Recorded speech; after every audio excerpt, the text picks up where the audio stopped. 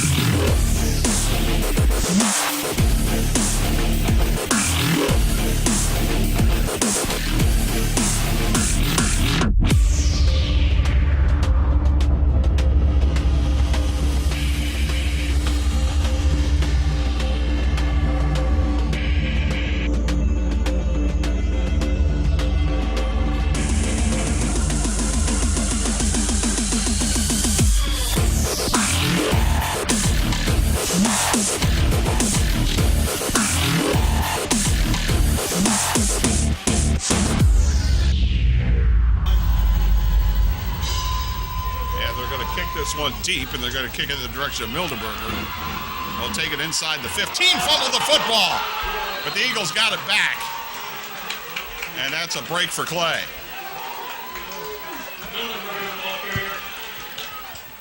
Yeah, Johnny on the spot that time for Clay was number 45, Matt Stencil, the junior, coming up with the recovery. Boy, that thing just popped right out of there.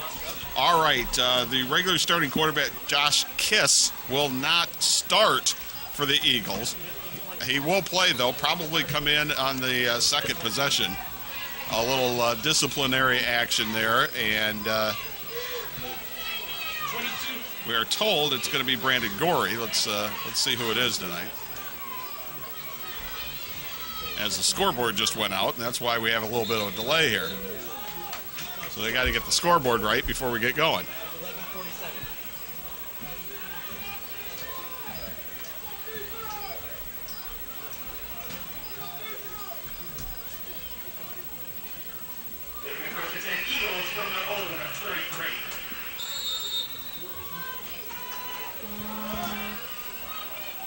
So Brandon Gorey is the quarterback. Handoff up the middle on first down, running room 40. Now it's going to be a foot race. Inside the 30 and down at about the 20-yard line. Aaron Seymour, and now we get a flag at the end of the play. A 47-yard gain on first down, and the first play from scrimmage is exactly what WAITE wants to try to avoid tonight. Well, you see the gap up the middle that time. Chipka talking about gap integrity, and that time Seymour finds a seam right up the middle, takes it all the way down into WAITE territory. Well, we're going to get a block in the back, it looks like, on the run, Norm. Yeah, we'll only take it back to the 27-yard line. Well, you see the way Seymour and Fernier tonight, number 11, run the football for both of these. Both of these guys are tough downhill runners, similar to what WAITE saw in week 1 against Genoa in that wing tee.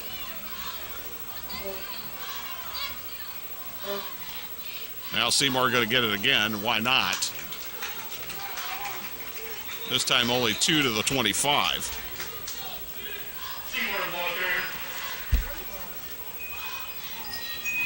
Hey, you don't make it complicated. If something like that works on first down, why not go back at it? Exactly. Well, and it's going to be interesting to see after the practice that WAITE has had against the wing tee and the teams they've seen so far that have run it this year, how they've made adjustments. Second down at about 8. Seymour again to the 20. Short of the first down. And that was something that Chipka, we got a chance to get on the field before the game and talk to him about how much they've seen that. They've got to see it in a scrimmage this offseason and, of course, with Genoa in week 1. And really where that game turned on them in week 1 was in the second quarter, Norm, where Genoa went more of a power formation and tightened things up. So it's going to be interesting to see how they try to attack that tonight if they see the same thing from the Eagles. 3rd down and 3. And now Seymour again. First down. Inside the 15, it pushes his way inside the 10 and down near the 8-yard line.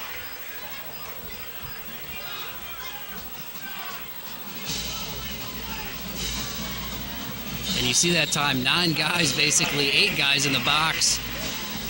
Seymour breaks the first tackle. Looked like that may have been Ashford on the edge there. And gets up into that second level of defense. All right, 1st and goal at the 8. And they're going to keep pounding Seymour. He's inside the 5.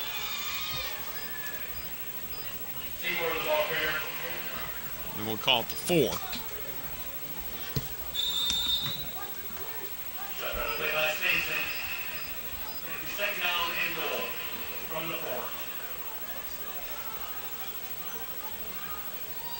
Same formation, everybody in tight. This is a power formation. Seymour again into the end zone, touchdown. Well, as imaginative as that offense can be, that drive was not very imaginative, and it worked terrifically. Pretty much meat and potatoes football right there in terms of just going up the middle, having your offensive linemen do their jobs, and that time, just an easy punch, and that time Seymour pretty much untouched right on the right side of the offensive line there.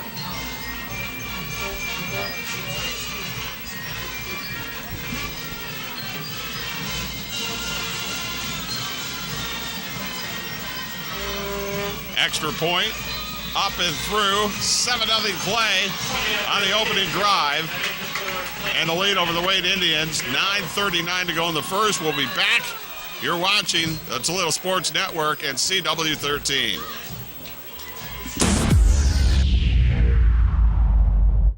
On the job for you for over 100 years. You need a career. You need a future. Local 8 can help you make it happen. Join the men and women who build our community. Become a part of a proud tradition. Build your career. Build your future with the brothers and sisters of the International Brotherhood of Electrical Workers, Local Union 8. We're on the job for you. We're on the job for you. We're the local IBEW. Stop struggling with the big box stores. Choose Gladio. Gladio Home Center. A hardware store, yet so much more. Your home improvement answer store. A place to design your interior space. A professional and friendly smiling face. Everything you need for your home.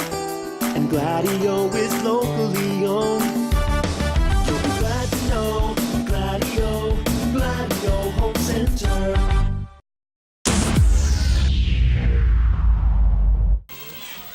Seven nothing Clay taking the lead over WAITE. And the Indians will get the ball on their opening drive here coming up. We want to give a shout out to some of our sponsors tonight: IBEW Local 8, UA Local 50, and TAS Electronics. Just to name a few. Here's your kick. Going to be taken at about the 27, back up across the 35. Where the Indians will set up 1st and 10. On the return, Dawson James.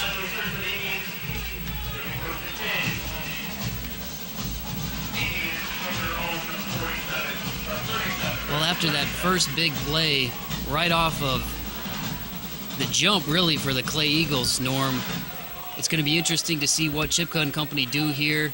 Talked about how we might see a little bit of trickery early on to try to inject some life into the offense, and I wouldn't be surprised if we see some on this drive here after that first offensive drive for the Eagles. Got to get a first down. That's where it all starts.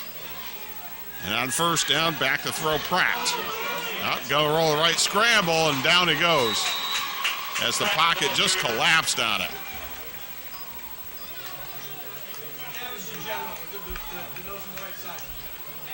Didn't see who got him first.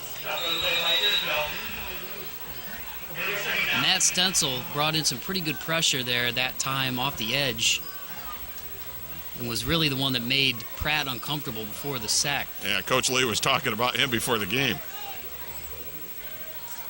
Pratt on second down, going to swing it out left side. Good pursuit, though, by the defense. And got back to the line of scrimmage, and that's about all.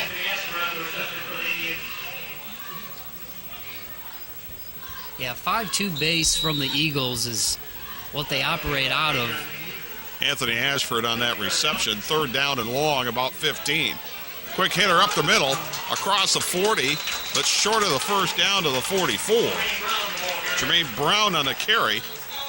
Needed about 16, picked up about 12, it'll be fourth down. Good power, good quick hitter. Well, that was a great block, I thought, by Roberto Rodriguez, 6'2", 225 up there on the left side of that offensive line. Lined up to go for it here on fourth down out of the pistol. Now Pratt trying to draw him off sides. Let's see if what they do from here. If they could draw him off, that would be a first down. Hand off right side, and that's not going to be a first down. Got a yard, that's about it. And they'll turn it over on downs. Yeah, great stop from the Eagles, answering the bell that time. And base is a 5-2, but what you saw really that drive was more of a 3-4 or 3-down lineman. Got good pressure up front, and the offense was never really able to get into a rhythm, minus that one good run from Jermaine Brown. Anthony Ashford really didn't have much of a hole there. So Clay will take over first and 10 on the WAITE 44.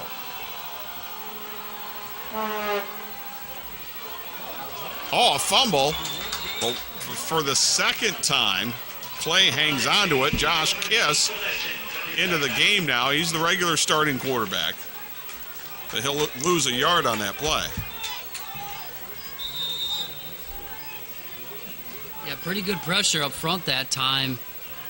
And it looked like it may have been number 5, Jermaine Brown, dislodging the football right up the middle.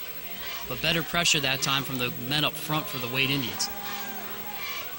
Second and 11. All right, the big guy up the middle, Nick Stevison. We'll get about 2, maybe 3. And there's some good size and potential up front for the WAITE Indians. That time on the stop, it looked like it was Dornay Higgs, 6'4", 280 senior, big number 70. And you also got another guy up there to keep an eye on in the City League for years to come, and Tavion Cummings, number 65, just a freshman. Third down, we'll call it 8. Option right, Kiss in trouble. Swings out of it, now it's a foot race. Good pursuit by the Indians. Flags fly all over the place. One from the secondary and one from the backfield.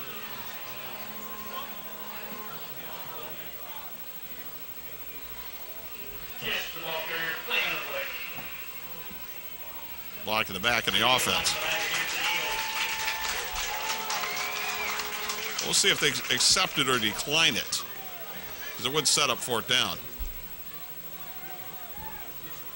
It was Eduardo Jackson who ultimately came up on the stop, but really good containment so far on this drive.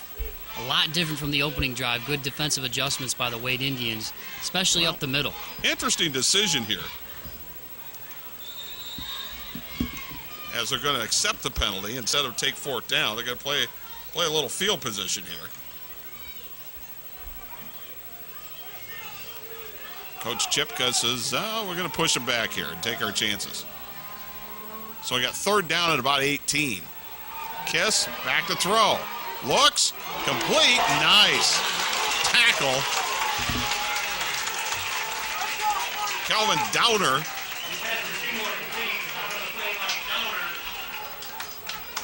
Had that in his sights the whole way. Yeah, good job right there, getting at the center of the gravity, not hitting them up high, knowing how the big fellas run so far tonight in Seymour. And also a pretty dynamic offensive playmaker that we should see in motion tonight, too. Well, it's a nice play call to try to get Seymour out there in space. But but Downer had it snuffed out. Kept his eye on the quarterback the whole way. Eagles to punt it away. No rush. And a nice kick. Going to angle it toward the sideline. He's going to bounce it to 5. Going to be taken at the 1-yard line, which is not a smart play. DeAndre Irish will bring it back out to about the 7. Maybe it goes into the end zone. Maybe it doesn't. Yeah, that's one of those plays at that point, if it's that deep in your own territory, you probably want to let it go. Can't fault the kid for wanting to make a play, but really they took that penalty, I think, to try to get better field position. And I'm old school, so the old school way of doing this was always to put your heels on the 10-yard line.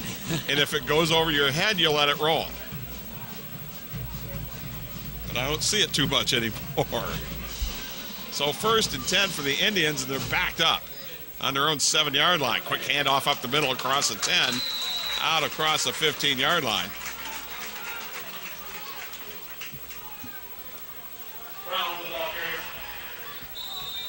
And Jermaine Brown has run the ball well here early. Picked up of about 8. And Brown will get the call again. Nope. Got to fake it to the outside. Pratt, can he get around the corner? He does. Now we see a speed, 35-40, cut it back in. And out to the 44-yard line, a gain of 28. That is the speed that Mike Lee, the coach of the Clay Eagles, was worried about before the game. Well, the young fella's an athlete. He can sling it, too. He had 109 yards and a touchdown last week in a loss to Northview, and 140 yards rushing in week 1 against Genoa, and that time you see the good cutback speed from him. Now, it's one way to get field position. There's Pratt again. Broke one tackle to the outside now. Doesn't quite have the angle, and we'll have to go out of bounds near the 27-yard line.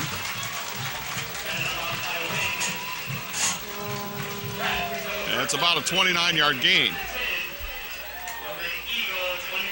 Well, and that was a good read that time from the young fella. Had the nice run on the play before. Quick whistle and a flag. Probably movement.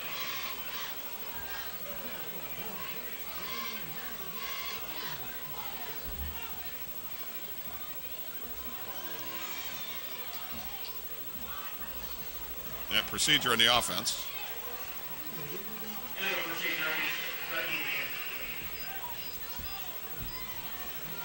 But I like what I see so far from the Indians on this drive. Here's that run again. You see the cutback speed. Nice block that time by Irish, allowing Pratt to get to the outside. Hand off Brown up the middle. Ran into a wall. Got about a yard. That's about it.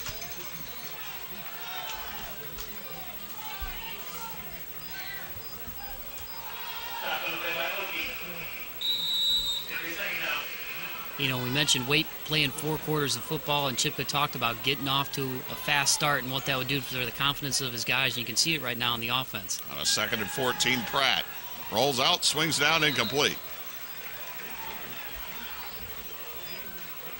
Not a bad throw, but Diaz couldn't bring it in. Yeah, pretty good coverage that time on the rollout, but I like what they're doing right now with Pratt, Norm. They're showing the defense multiple looks and what he can do. We've seen the run up the middle. We've seen him break it to the outside. That time a nice little rollout. So it keeps these guys on their toes. And it looks like Clay's still trying to figure it out, too, with mixing a 3 and 4 down lineman. Well, Pratt, this is a misdirection. Pratt left side, pushed out of bounds, well short of the first. And that play carried into out of bounds.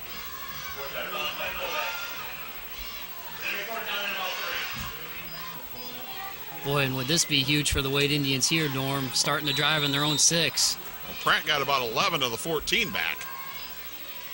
And now he tries a quarterback sneak or draw, and he got stacked up. They're going to turn the ball over on downs.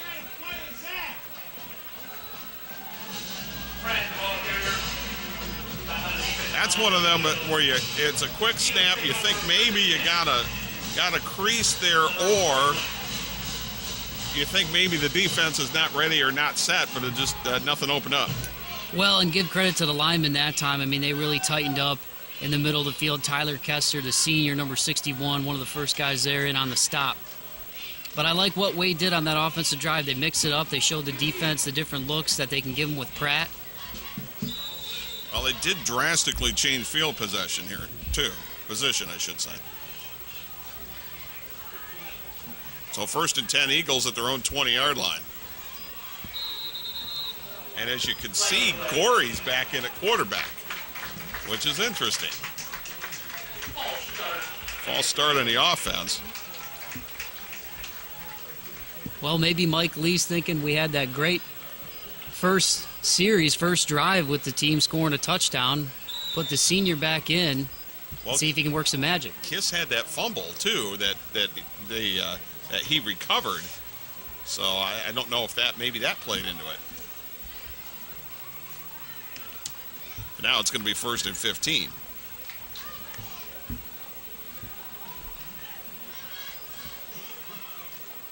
Gorey, now that is just plain miscommunication because Gorey thought it was going to be a handoff. And once again, Eduardo Jackson all over it, had that big tackle. That's going to lose 10. On the last series, too, and that young fellow is pumped up. 6 foot, 185-pound junior. And, and I thought it was interesting before the game, too, talking to both coaches, and Mike Lee talked about how last year he thought Waite maybe had more skill, but this year they're playing better team football. And you're seeing it with the variety of plays that they're making so far here tonight and the way they've been able to bounce back after that first touchdown drive. Well, now you got 2nd and a mile. That mile being about 25. Well, you had to figure one of the big guys was going to get the carry. Don't want to make a mistake down here. Stevison, the ball carrier.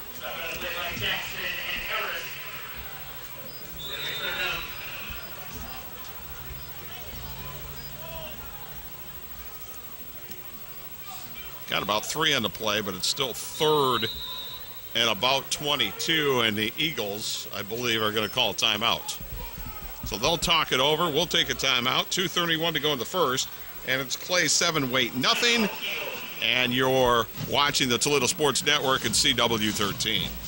Dan R's Automotive Service Center, 4041 Navarre Avenue, has been servicing the area since 1981 for all your automotive service needs. Dan R's Automotive Service Center, world-class service, hometown people. 419-693-6141. Back we are, 2:31 to go in the first quarter. Norm Weimer, Mike Bauman, Toledo Sports Network, CW13. Clay with a 7-0 lead, but they got 3rd and about 22. Hand off left side, cross a 10 to 15 to 20. Still going to be short of the first down. Nice gain. It gets them out of the hole. And there's Fernier that time. See his hard running. Had a big game last year. One of the more memorable games we've had here on Toledo Sports Network against Whitmer that came down to the wire last year. Well, you got to give credit to the Wade Indians defense, bending but not breaking on these last couple of drives. And almost coming up with a turnover a few times. High snap, but no rush. Has plenty of time to get it away. Taken on a run. Oh, and a nice hit. Woo-hoo. Is that guy against Stencil? No question. Matthew Stencil just hit DeAndre Irish, but Wade is going to get terrific field position in Clay territory.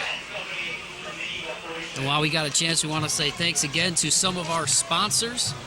Burger Bar 419, both locations on Monroe Street and Heather Downs, as well as Dan R's Automotive on Navarre Avenue in Oregon, Ohio. We could not do it without your guys. First down. Pratt going to keep it. 40, 35. Nice little stutter stepping out of bounds at the 31. Well, that's what makes this guy so fun to watch. Sometimes you see guys who just have straight line speed. You see the power runners, but Pratt is interesting because he's got change of direction. He can juke you out of your shoes, but he's also got good straight line speed and the ability to be shifty. I mean, that first game we did against Genoa, you didn't see him go down on the first hit. Gain of 15.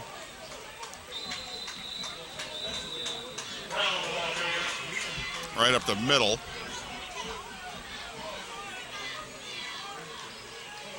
It's Nate Huell that time. That was Huell on the ball carry. Picked up about 3. I knew we'd work Huell in here somewhere.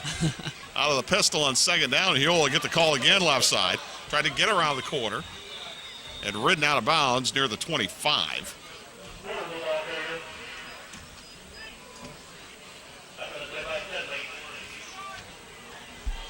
Waite doing a good job getting down into Eagles territory again.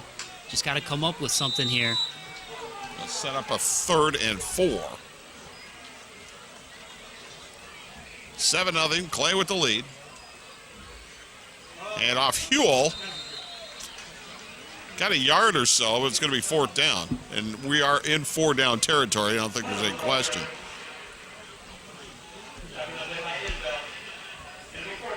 Well, we've seen them roll out Pratt tonight. Done a pretty good job on the edge of the field, being able to turn the corner and get good yardage. So let's see if they try not to do the same thing here. They've done better on the edge than they have up the middle. Pratt going to try it. And it's going to be close. I think he's got the 1st down.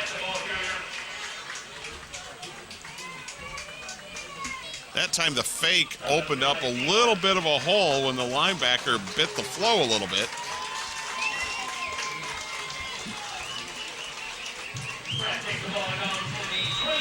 And we'll get Pratt 4 and make it a 1st down.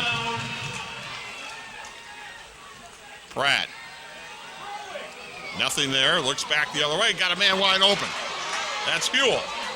Inside the 15 and down near the 10-yard line, and a flag at the end of the play. Well, let's see if it might be an inadvertent face mask. Would be a gain of 10 and should be a 1st down.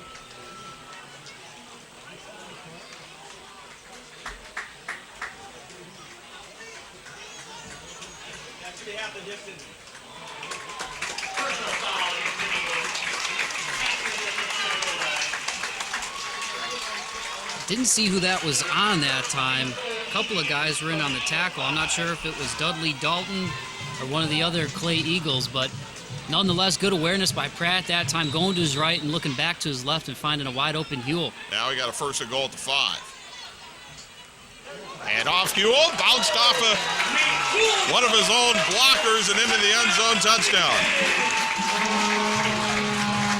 I really like the play calling we've seen so far, Norm, from the WAITE Indians. They've really done a good job mixing it up and kind of pulling everything out of the bag. We've seen them go to the outside. We've seen them go inside.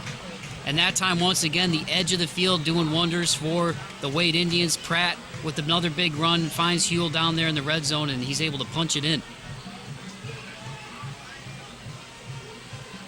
Extra point line drive, missed it wide left. So Clay will keep the lead, 7-6, 16.9 seconds to go in the 1st.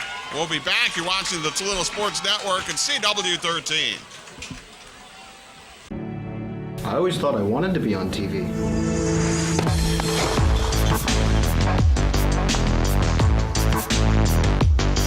I didn't think it would end my career.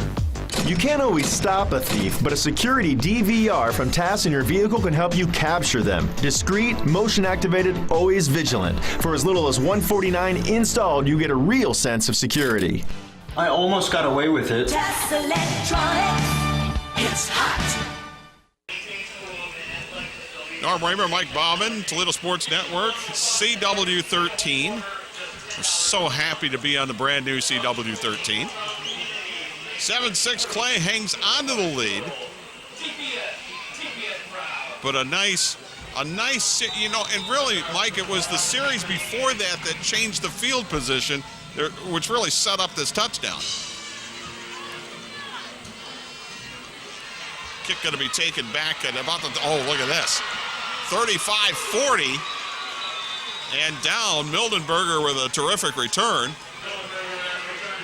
And that changes the field position a little bit again. It's something we're going to watch because it's big in a game like this. Absolutely, you know, and the special teams aspect of the game is one that a lot of people often kind of forget about, but especially one like this, a rivalry game, oil barrel rivalry, River East rivalry, East Side rivalry, whatever you want to call it.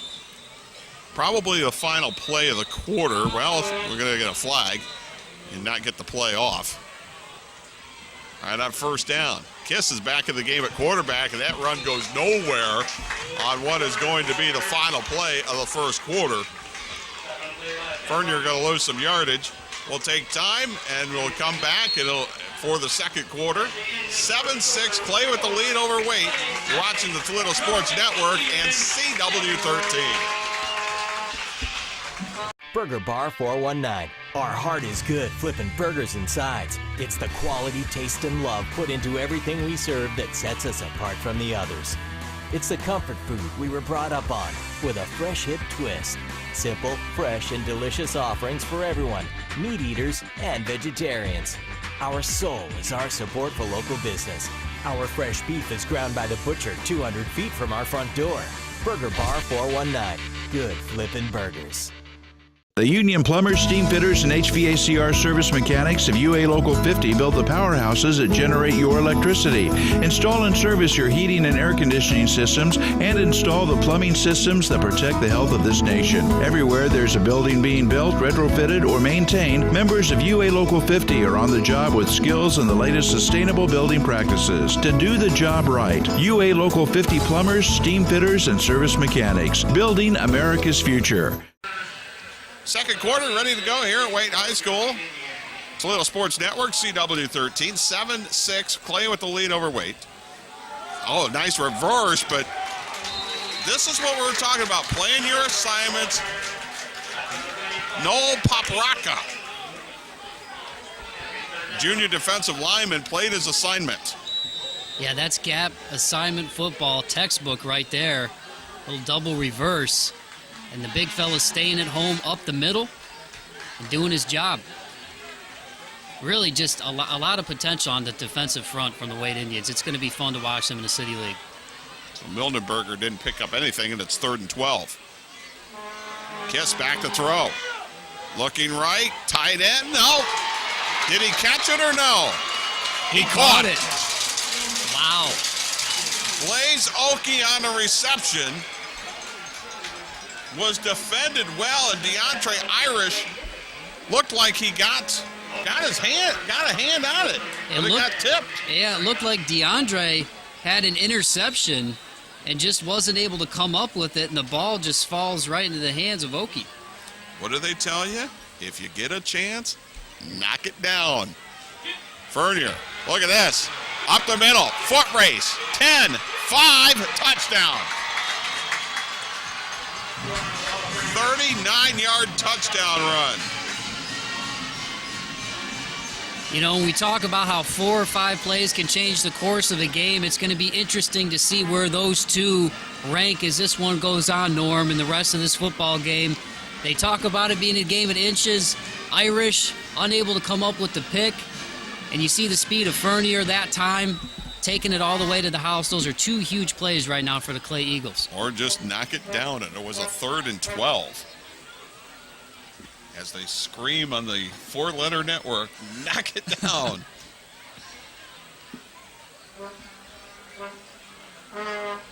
Oh, a fumbled snap. And they guess they rolled him down, so the extra point will be no good. It remains a 7-point game. Clay 13, Waite 6, 10:58 to go. Second quarter, we'll be back. Toledo Sports Network and CW13. Brad Sutphin, 419-345-5566, and RE/MAX Preferred Associates can help you find the perfect house or help with you selling your property. For over 22 years, Brad Sutphin has been able to help with all of your Northwestern Ohio real estate needs. Call him today at 419-345-5566. Clay Eagles to kick off, a 13-6 lead, 10:58 to go here in the second quarter. Squib kick. It's going to bounce all the way down and take it at about the 28. And a few yards back across the 30 out near the 34. So obviously Mike Lee, coach of the Eagles, a little concerned about the speed of the Waite Indians. It showed right there, but you know what? I like what we're seeing so far out of this Oil Barrel rivalry game. Couple of big plays, punch, counter punch. It's been a lot of fun to watch, and just the fundamental aspects of the game, especially when you're rebuilding the program, like you mentioned, Norm, knock it down, knock it down, knock it down. That stuff that you'll learn as the season goes on, and those are the handful of plays that make big differences in games, and it'll be interesting to see how it plays out the rest of the way. Yeah, there's more enthusiasm here. There's no question. Pratt dropped the snap, picked it back up now, just rolling, pitched it, 35-40, and out of bounds.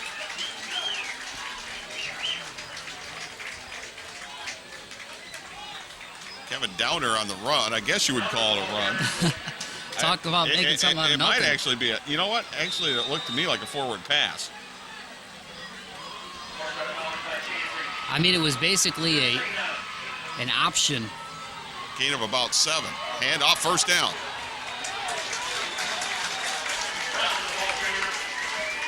A little bit of an accidental option, but that's what you want to see out of your quarterback, and that's the second time tonight where he's made a heady play.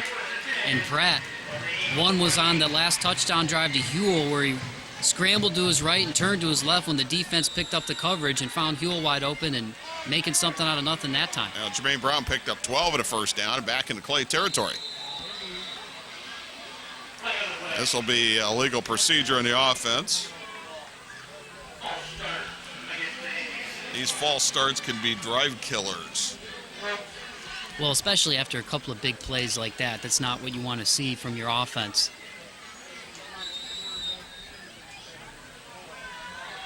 Well, you want to get a rhythm going, too, and it stops your rhythm. You get the defense on your heels and make handoff. Pratt get a pitch. Knocked out of bounds is Ashford. And he'll pick up about 4 and get it back into Clay territory. Another big play guy to watch out for the Indians. Had a 50-yard touchdown reception last week from Pratt. Pretty good two-way player on defense as well. Second about 11. Ashford in motion.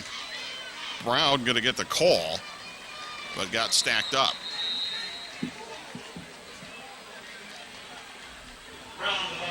Tell you what, that time, that was just a great read from Sean Pacino. 5'11", 215 junior did a great job that time in terms of gap assignment, staying on the big fella. Huell the setback. Now he'll line up to the left of Pratt. 4 wideouts. Fake handoff. Pratt back to throw. Looks, throws into double coverage, and it's picked off. Did not see the safety, Mildenberger, who brings it back to close to the 39-yard line. Pratt did a couple of things wrong. One, he threw off his back foot, and 2, he did not look off the safety. Yeah, and that time, when he looks back at the film and watches that play, he's going to be shaking his head because he did have Ashford wide open over the middle and surely would have been able to pick up a first down and 15 or 20-yard play. But as you said, staring down his first option that time, and Clay all over it. So the momentum has definitely shifted for the Eagles after a couple of good drives by WAITE in the first quarter. All right, Kiss in at quarterback. First and 10 Eagles at their own 39. Play action fake. Under pressure, throws. Got a man, but a good defensive play. Sniffing that out, MC Harris. You know, I've been really impressed tonight so far from number 37 of the WAITE Indians, Eduardo Jackson.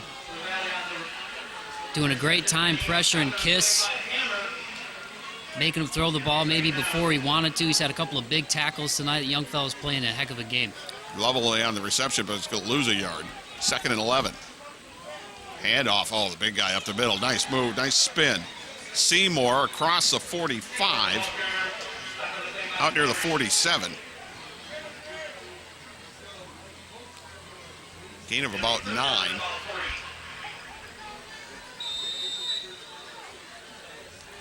I believe third down and a long 2. 13-6, Clay with the lead over the WAITE Indians. Handoff again, Seymour into the secondary. Got to drag tacklers inside the 40 to near the 30. Well, inside the 35 to the 34. Sheer power.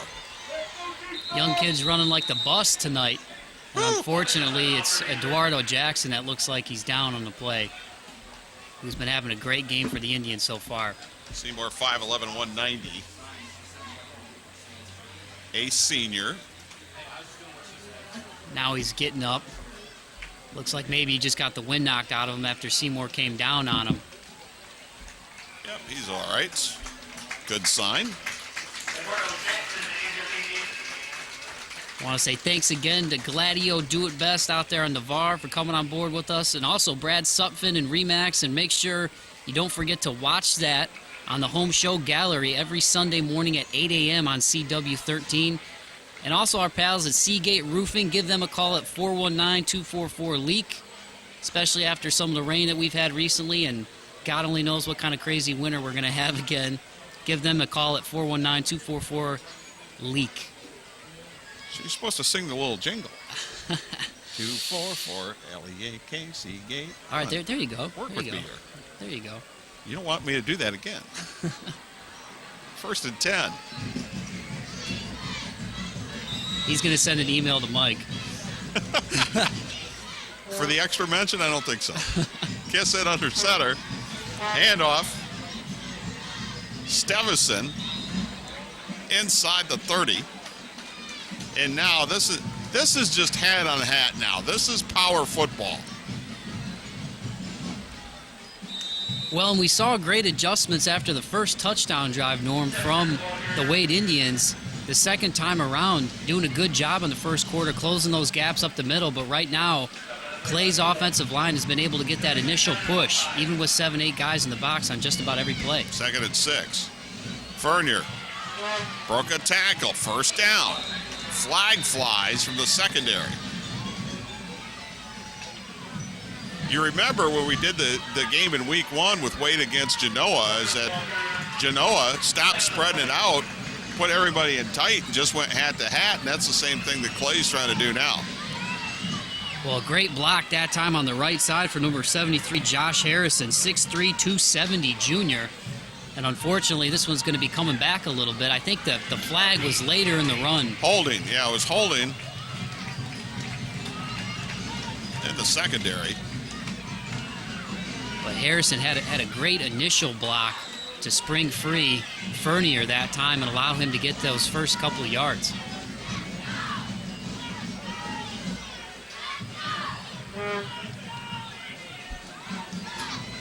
Same thing up the middle.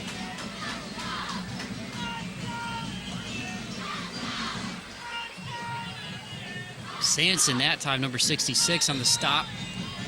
I mean, really, if you're Chipka, you got to be happy with the size you got up front between him, number 65, Cummings, Rodriguez up there.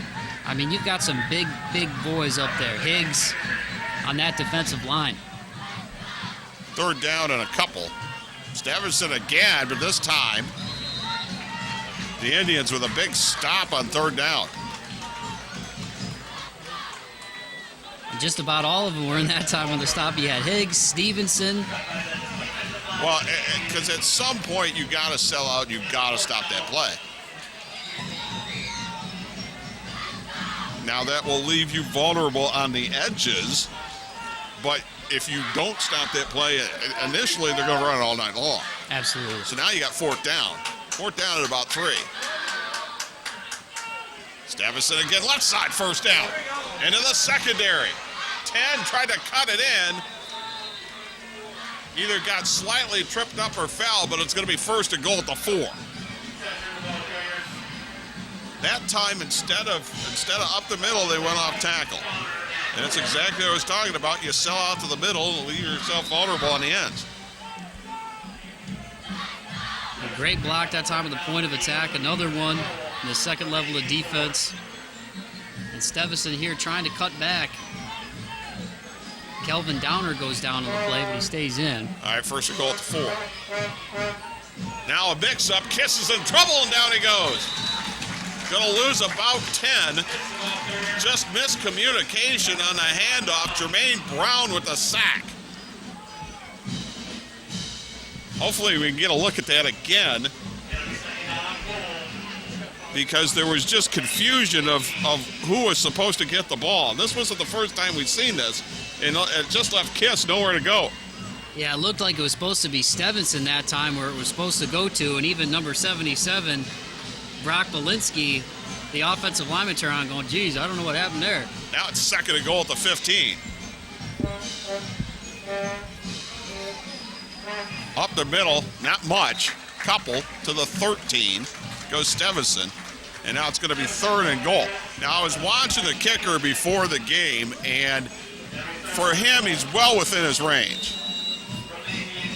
Anything about 35 and in, he's all right. So he's well within range.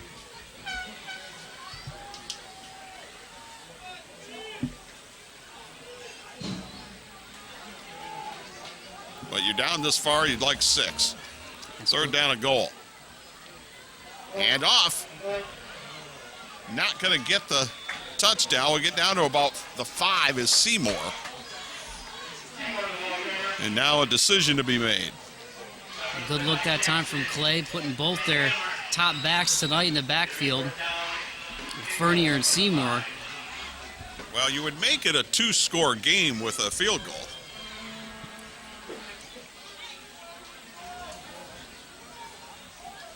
But that does not appear to be the option here. 4th down.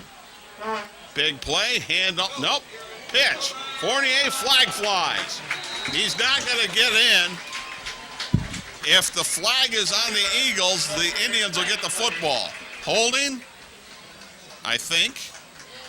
On the offense, it'll be declined, and the Indian defense is held. Look at Chipka fired up. Oh, and why not? That's why I love that guy, man. And, you know, we talked about his energy, too. I mean, he's about as intense as it comes. Dan Chipka has brought enthusiasm not only to the players, the sidelines, but the fans, too, and you can tell. Exactly. And what I really like about him, too, is it's not a demeaning or a frightening energy. It's an upbeat, enthusiastic, as you just said, energy. I mean, when guys make mistakes, he doesn't come down on him, pats him on the back, says we'll get him next time. And that really is contagious, and that's what he talked about, too, is success being contagious. And, I mean, how could it not be with a guy like him? Just awesome down there on the sidelines. MC Harris is going off, and I'm not sure why.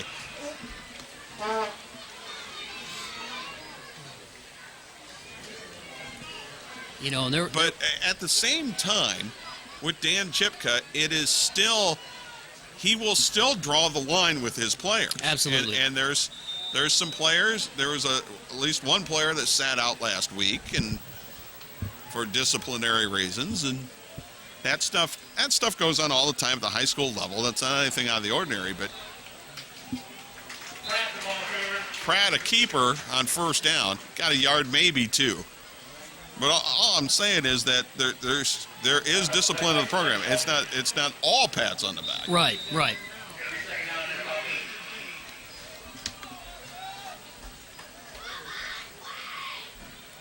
2nd and 8. Hand off up the middle, nothing there. Well, one thing I really liked, there was a great article that Mark Griffin did for the press when Chipka got this job, and one thing that stood out to me in that article was Chipka saying, we will win as a program, not as a team. And he's brought in so many coaches trying to get these guys turned around, and people are excited out here for Indians football again. 3rd and about 9. Quick out, complete. Get out across the 10, give him a little breathing room, but short of the 1st down. Ashford with the reception. They get out to about the 12.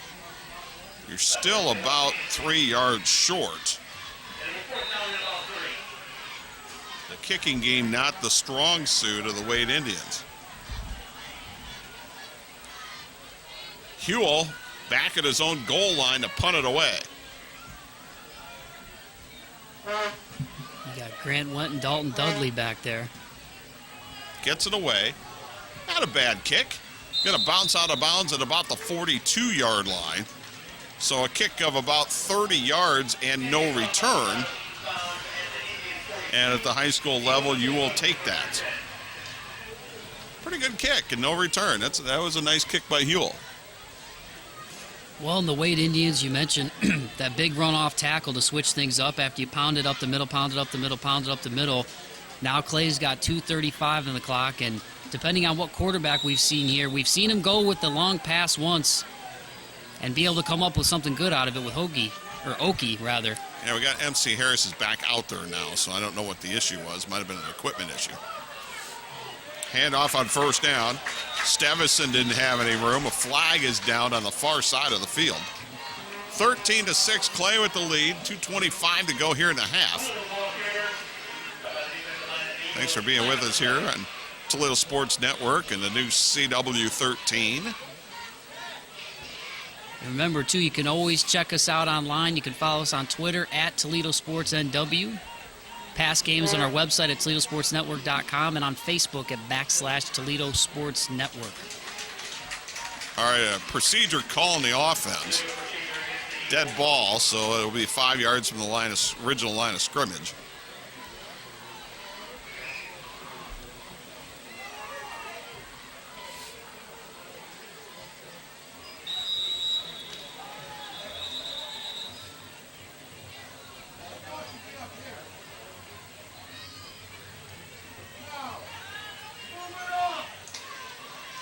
Looks like they're debating a spot, Norm.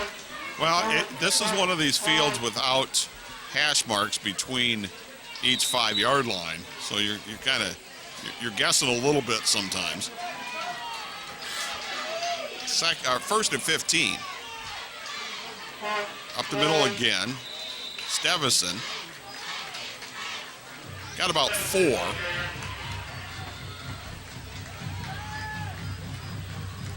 As I say, we haven't seen too many pages out of the playbook from the Clay Eagles here. Well, and as you mentioned, I mean, when you're just basically going, 3 yards in a cloud of dust and it's working for you, and you can break into make those 3 yard and cloud of dust plays into 10, 15 yards, a crack, you keep at it, and then you throw them with something different. Well, I'm seeing some hands on hips of the Indians defense. Now we're going to get a timeout.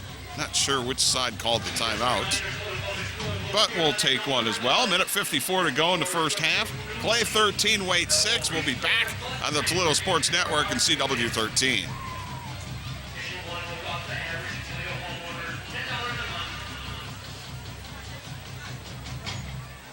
You see which side called time? I didn't see the official point one way or the other. I think I heard the announcer say Indians. Timeout. I think it was a little fatigue setting in. Yeah, I don't think that's a bad idea because he had 2 anyway.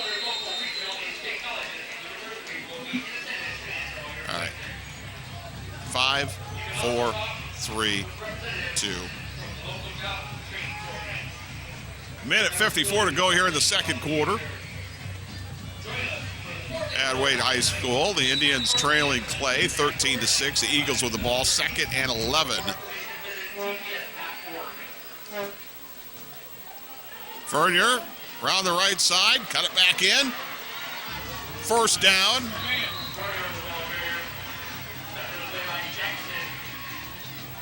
And once he got around that corner, and that's exactly what I was talking about before. You have to stack the middle because you have to stop that power. Well, Fernier doesn't look any worse for wear either, does he? We talking to Coach Lee, big-time baseball player, was pretty much playing baseball all summer and got back into the fold here. And he's running like a gazelle out there. 1st and 10 at the 26, down to 1:31 to go in the half. Deep. Kiss to the corner. Incomplete. Just led his receiver just a touch too far. Looked like it was Isaac Bonilla out there, right off the fingertips. But once again, coming there off the edge was Eduardo Jackson. Pretty good initial pressure up front, again, from the Wade Indians. And not a bad throw here, as you see the replay, Norm. Just a little bit too far. Put plenty of air under it. A lot of times that's going to end up being 6. 2nd and 10.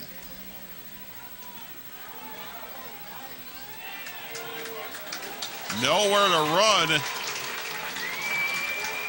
Mildenberger, I believe, on a carry. Good job again. You missed the first couple of defensive tacklers, but Mark Boone, the sophomore, and I'm so excited for the size of it. I mean, 6'5", 275 you got out of Mark Boone. Dakota Stevenson, 6'3", 280. Higgs is 6'4", 280, and you got a freshman in Tavion Cummings who's 6'2", 215. I mean, that's about as good as it gets in any league in this area in terms of defensive size on the front. That was the first carry I had tonight for Mildenberger, and he lost 4. Third down.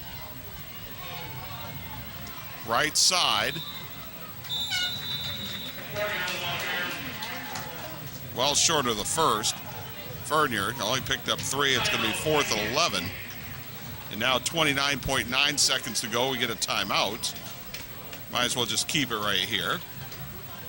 Give a shout out once again to our sponsors at Toledo Sports Network, IBEW Local 8. The old fella's been with us for a long time. Since Toledo Sports Network used to just be basically Mike Jamison and Mick Gonzalez back in the day. These guys have been with us forever. UA Local 50, TAS Electronics, and also Burger Bar 419. Great food. Make sure you check them out. Both locations on Monroe and on Heather Downs. Also got to give a big shout out to Dan R's Automotive on Navarre. They've been with us for a while. Go see them in Oregon, Ohio, or Oregon. Gladio Do It Best also out there on Navarre. And Brad Sutphin and Remax. Make sure you don't forget to watch the Home Show Gallery, where Mike Jamison also shows off his producing talent and his multitude of things he's got going on here in Northwest Ohio. He's going to love me for saying that. Every Sunday morning at 8 a.m. on the CW13 and Seagate Roofing, baby. 419-244-LEAK. Finish it, Norm. There you go. Seagate. Okay. 4th and 11. Handoff up the middle. And the defense held. Seymour with a nice game, but not enough for the first down.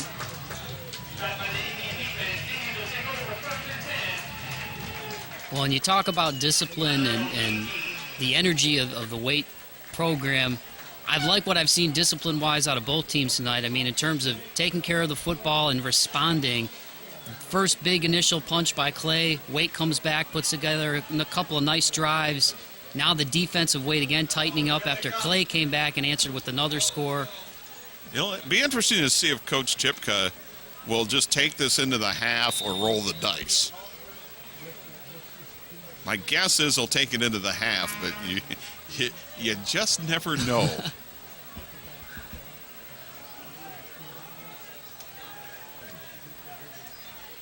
Now back to throw. Got to roll the dice. Pratt rolls left. Can't find anybody, and we'll throw it away. Good decision that time by Pratt. Great coverage that time from the Eagles. We've seen them pretty much tonight go with mostly a 3-down lineup in terms of their defensive front. Yeah, see, now they're going to throw flags. There's no pocket rule in high school, and there was no one in the vicinity. Now, it's intentional grounding, but not that it will probably matter much with 17 seconds to go in the half. Although I don't know how many timeouts that Clay has. And that's something they don't keep track on the scoreboard here. I know they have at least one left in this half for sure. We may find out.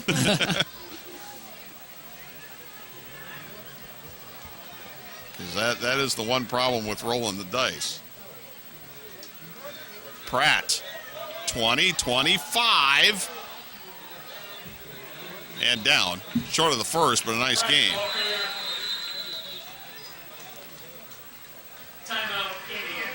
Oh, the Indians are going to take a timeout here.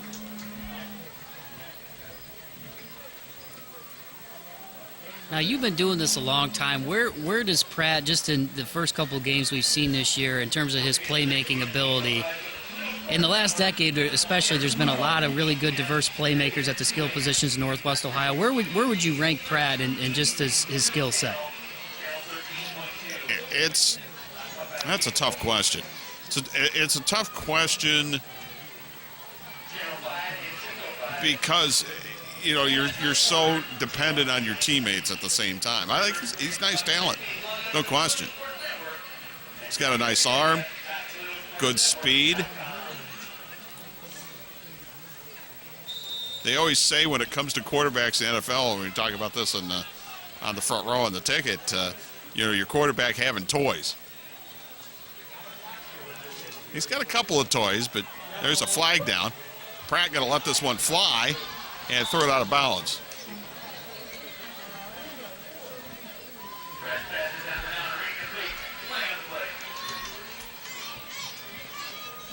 Couple of flags, probably holding. I doubt the Eagles will make him run another play. If it's on the offense. If it's on the defense, they're going to get a free play. Wait, we'll get a free play. If it's offset, it's the end of the half.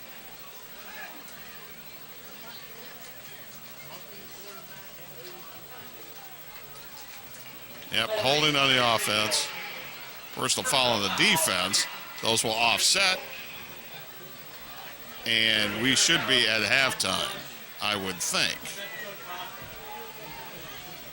They do an untimed play? If it's offsetting? Yeah, Waite's going to get one more. It looked like the referee initially signaled to Chipka before they made the call that they were going to get one more. I thought this would be the end of the half. Well, I guess it's an untimed play because we're at zeros on the scoreboard.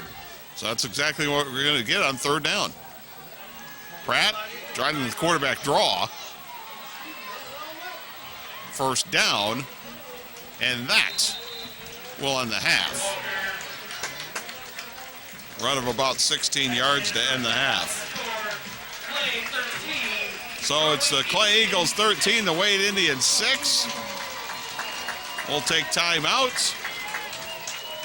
Third quarter coming up right around the corner. You're watching high school football on the Toledo Sports Network and CW13.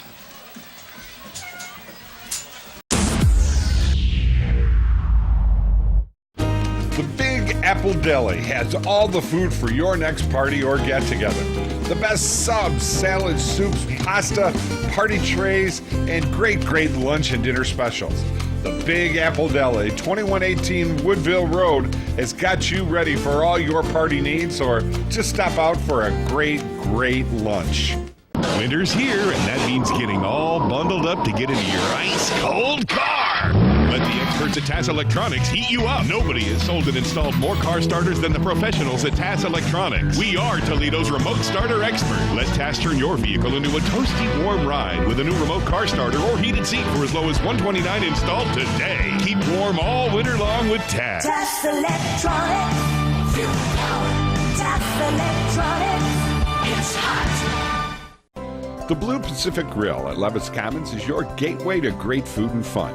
A tropical-themed restaurant that offers a unique dining experience where you create your own stir-fry from your choice of meats, seafoods, veggies, seasonings, and our signature sauces. The Blue Pacific Grill at Levis Commons, a touch of the islands right here in Toledo. Join us for lunch and dinner. The Blue Pacific Grill, Levis Commons, Perrysburg.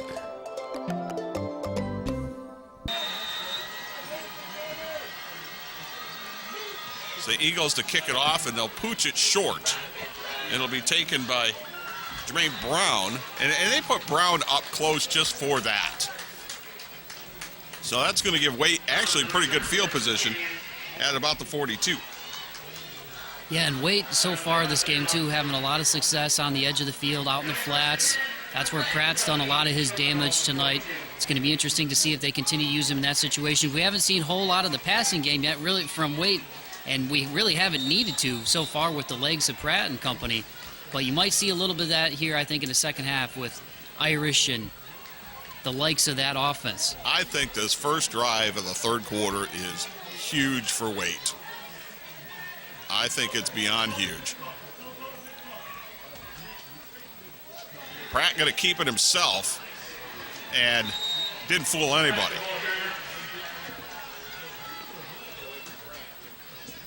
And if you're Mike Lee, you want somebody else to beat you other than Pratt.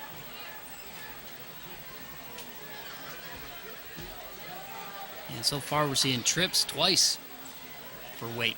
Huell the lone setback this time out of the pistol. Ashford in motion, but this... Oh, we're going to get offsides on the Eagles as they lined up in the neutral zone. And that's a break for the Indians. Turns a 2nd and 9 into about a 2nd and 4. Well, really a 2nd and 10. We're going to call it 2nd and 5. Pratt, again, looks just short of the first down. It's close, but I'm looking right down the line at it, and he's about a, well, boy, he didn't get a good mark there. He's almost a yard short.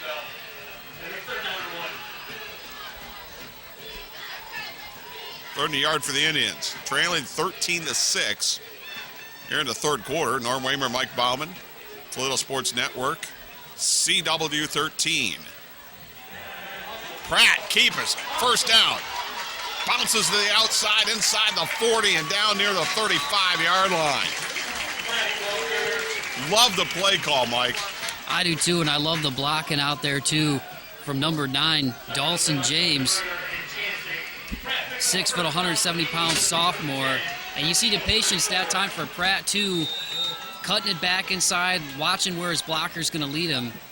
And just the little things, picking up another couple of yards at the end of that run after he gets the outside. Ashford motion, Huell will get the call. Tough yards on the inside. Maybe 2. I've been pretty impressed both sides of the ball for the defensive fronts. I mean, we've had a couple of big runs up the middle, but the Hog Mollies up front for Clay and Waite have done a pretty good job tonight in terms of consistency. 7 in the box for the Eagles. Huell got them yards himself to the 29. It's going to be 3rd and about 5. A good initial stop that time by Mickey Wiseman filling the gap. Both coaches talked a lot about that gap integrity, especially with the misdirection of both offenses. Great job that time by Wiseman. 3rd and 5, but it's 4-down territory. Equipment issue, maybe? And that's a bummer if you're a Clay fan, because that was Big Matt Stencil, number 45, who's had himself one heck of a game on defense. Yeah, well, he's not coming out on 3rd down unless it's equipment issue. Hoyle! Oh! Hit behind the line of scrimmage and brought down. Penetration on the play by Trenton Gast.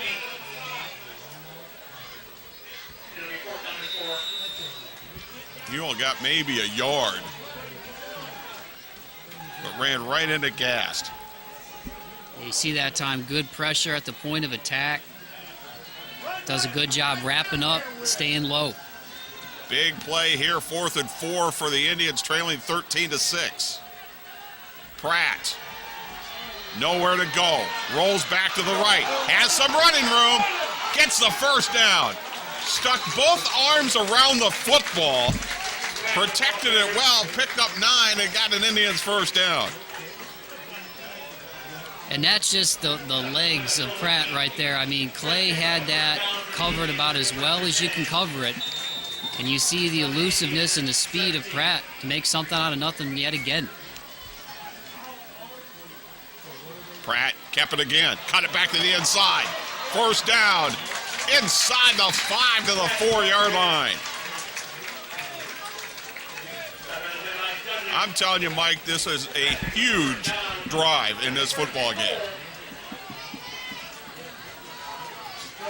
Well, and so far, the offensive linemen up front, a lot of those guys playing both ways, too, for Waite, answering the call.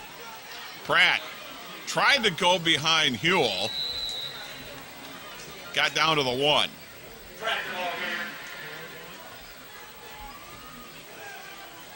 Second and goal.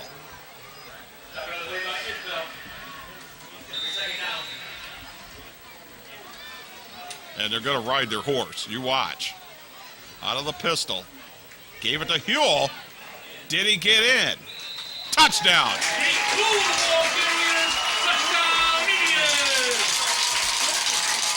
Well, you couldn't have asked for a better way to start the second half if you're the Waite Indians, Norm. You talked about what a huge drive this would be. once again, Pratt doing a great job, but really the offensive lineman up front helping keeping the play alive, getting the blocks downfield, especially in a short yardage situation right there inside the 10, doing a great job. Extra point attempt to try to tie it. No good, wide right. Clay retains the lead, 13-12, 8:10 to go in the third. We'll be back. You're watching the Toledo Sports Network at CW13. Squib kick, taken at the 32.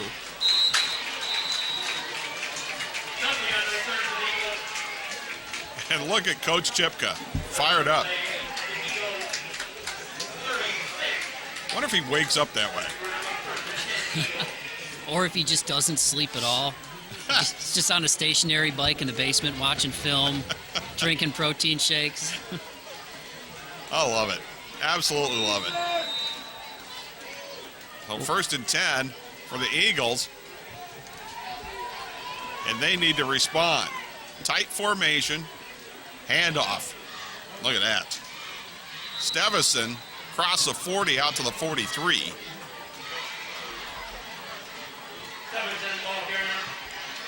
Well, this is absolutely everything you want out of a rivalry game tonight. You know, we talked a lot about WAITE tonight, but Mike Lee in his second year now lost a really good 1-2 punch, one of the best in Northwest Ohio last year in Pennington and Rowe. More of a passing attack. Tighten it up, go to the wing tee, and all three of his backs tonight have done a pretty phenomenal job. 2nd and 3. Kiss went back to throw, and he's buried in the backfield. Jermaine Brown from the corner with the sack. And Kiss right here bumps into Fernier, sets late, and you see Jermaine all over at that time. Loss of 10.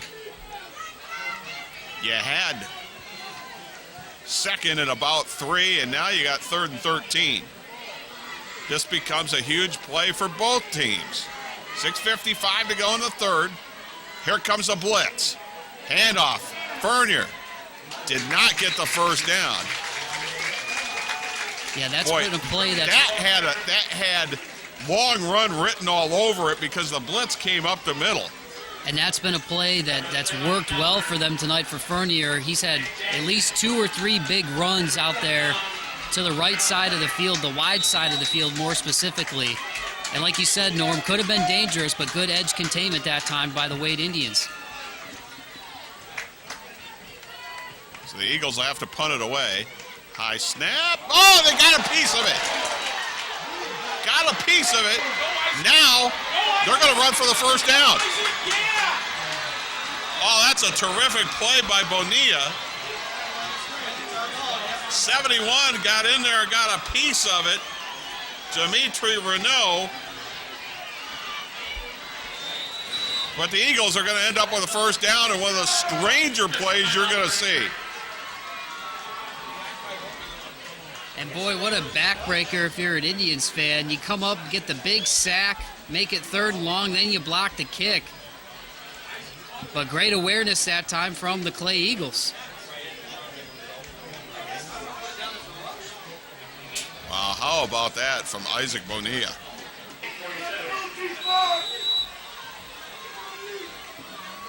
Yeah, it's a cramp. They're gonna work on it. Well, the Eagles got a first down. Now they got a big run. Seymour will pick up the first down.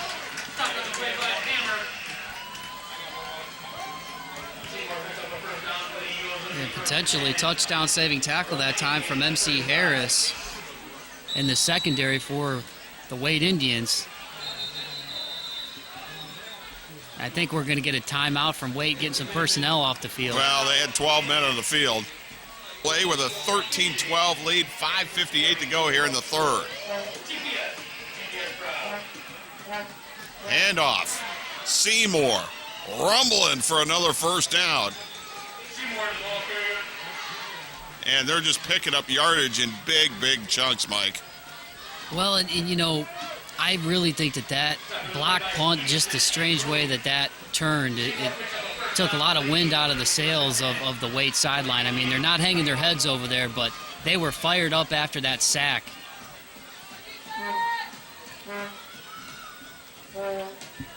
Left side. Seymour. Down near the 15. Nate Huell getting up a little slow.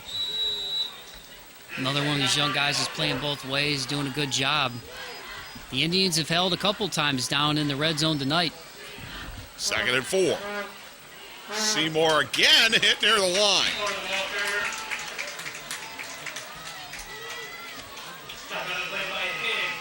Got about a yard. Big Dornay Higgs that time stepping up, filling the hole.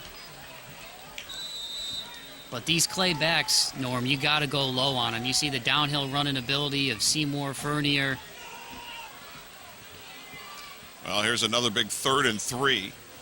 Clay with a 13-12 lead, 4:45 to go in the third. Seymour. Nope, Kiss kept it. And then tried to dump it off, and it's incomplete. Good pursuit that time again from the WAITE Indians, and it almost looked like they were going to do that same run they've done with Fernier tonight, going around the right side. Chipka not happy over there on the sidelines about the call. Wanted some holding, I believe. So now it's going to be 4th and 3.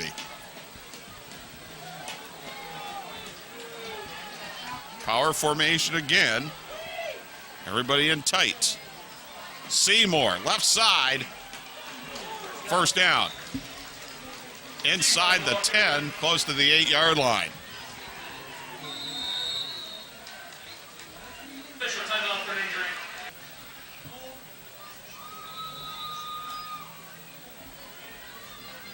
Or it could be his right side.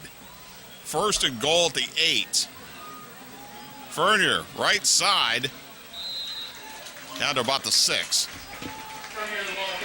Yeah, how many times can you ask your defense to hold down here? Well, they've done it so far a few times tonight, and once again, Higgs on the edge making a good stop. 2nd and goal at the 6. Hand off Seymour to the 5, maybe the 4.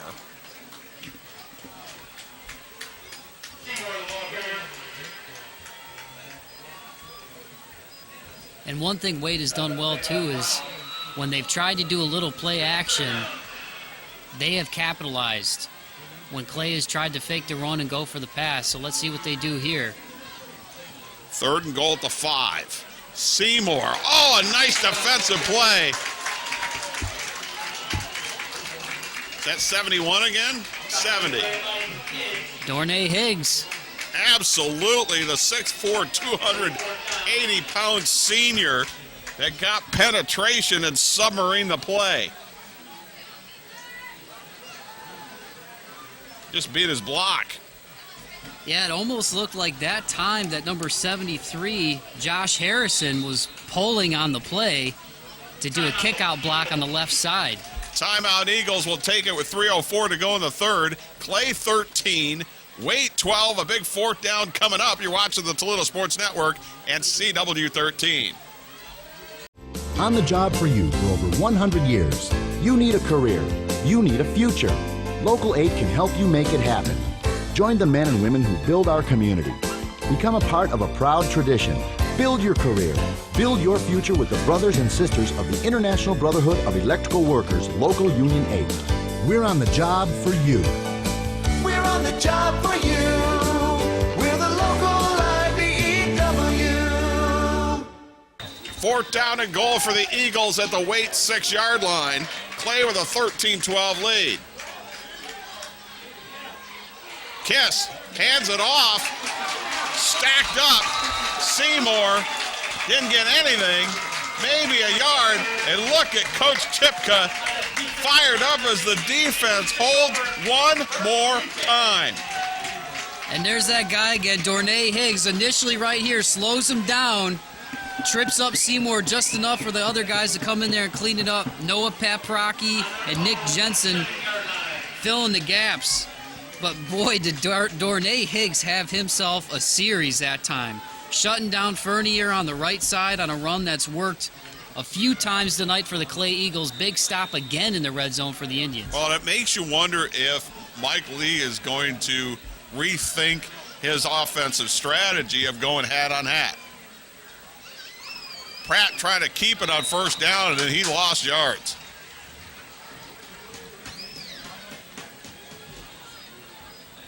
He's going to lose 3 as he's backed up inside the 5, back to about his own 3-yard line. And the defense is keying on Pratt. I don't think there's any question. Pratt with a keeper again across the 5 out to the 6. And he got the 3 back that he lost. It'll be 3rd and 10.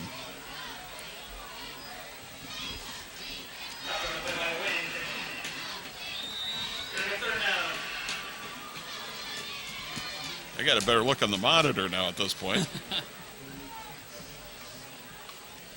2:05 and counting to go here in the third. 13-12, Clay with the lead over WAITE.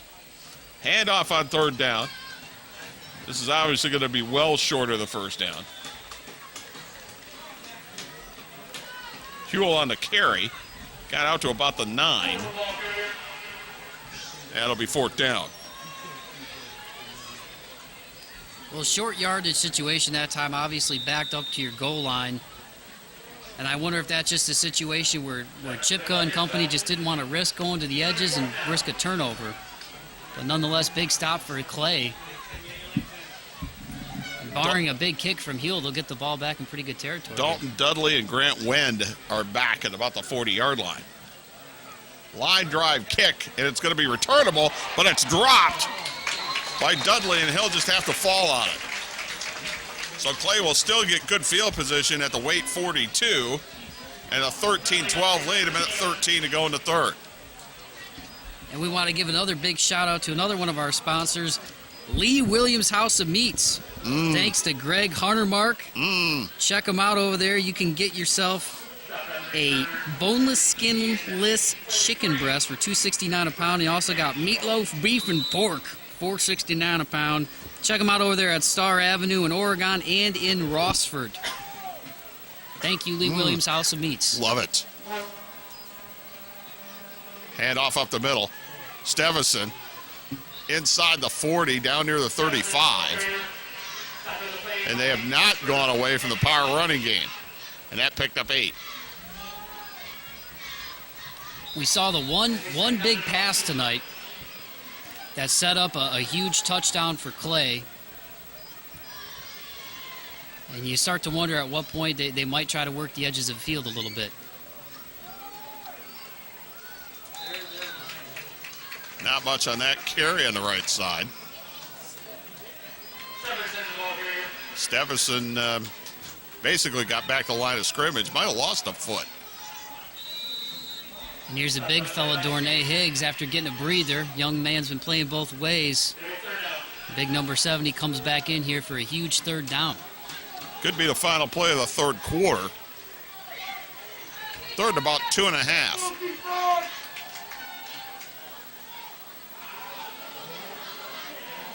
A little bit of a reverse, and that's another page out of this playbook and a 1st down. Inside the 25 to about the 23, a gain of 12. Yeah, Chancey Logan that time on the carry. His first carry of the night. Great play call that time from Mike Lee and his staff. As you mentioned, Norm, you would start to wonder at what point, with the way WAITE's been stuffing the run up the middle, they go away from that a little bit. Nice misdirection call that time. All right, that'll end the 3rd quarter. It's Clay 13, WAITE 12. We'll be back for the final 12 coming up on the Toledo Sports Network and CW 13. The Union Plumbers, Steam Fitters, and HVACR service mechanics of UA Local 50 build the powerhouses that generate your electricity. Install and service your heating and air conditioning systems, and install the plumbing systems that protect the health of this nation. Everywhere there's a building being built, retrofitted, or maintained, members of UA Local 50 are on the job with skills and the latest sustainable building practices. To do the job right, UA Local 50 Plumbers, Steam Fitters, and service mechanics, building America's future.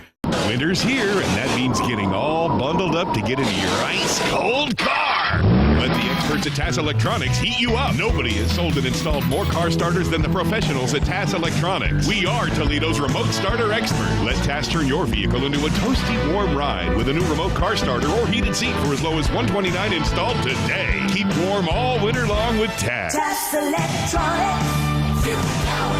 TAS Electronics. It's hot. Fourth quarter on tap here at WAITE High School. 1st and 10. Vernier around the left side, cut it back in. Inside the 15, inside the 10. Still turning his legs inside the 5-yard line, down near the 2. Boy, it has been punch, counter punch all night. And you get the temporary breather there at the end of the quarter, and Fernier coming out in a big way. A lot of these guys playing two ways tonight for WAITE. And they did a great job there in the third quarter, but you see the speed and the power of Fernier. Well, now it's 1st and goal at the 2. That's a lot to ask of the defense. Seymour to the 1. Nope, touchdown. Pretty good read by Eduardo Jackson. Again, number 37 coming in off the edge. But once again, you see the power of Seymour. And like you said, Norm, when you're that close to the goal line and you have that many options in the backfield, it's pretty much just a chess match that time. And Clay does a great job of getting in the end zone. That'll make the score 19-12.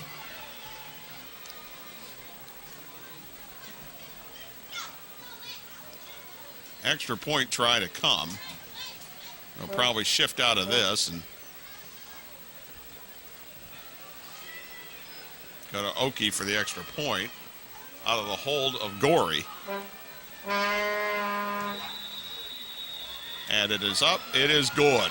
So with 11:28 to go in the game, Clay now with an 8-point lead, 20-12 over WAITE. We'll be back on the Toledo Sports Network and CW13.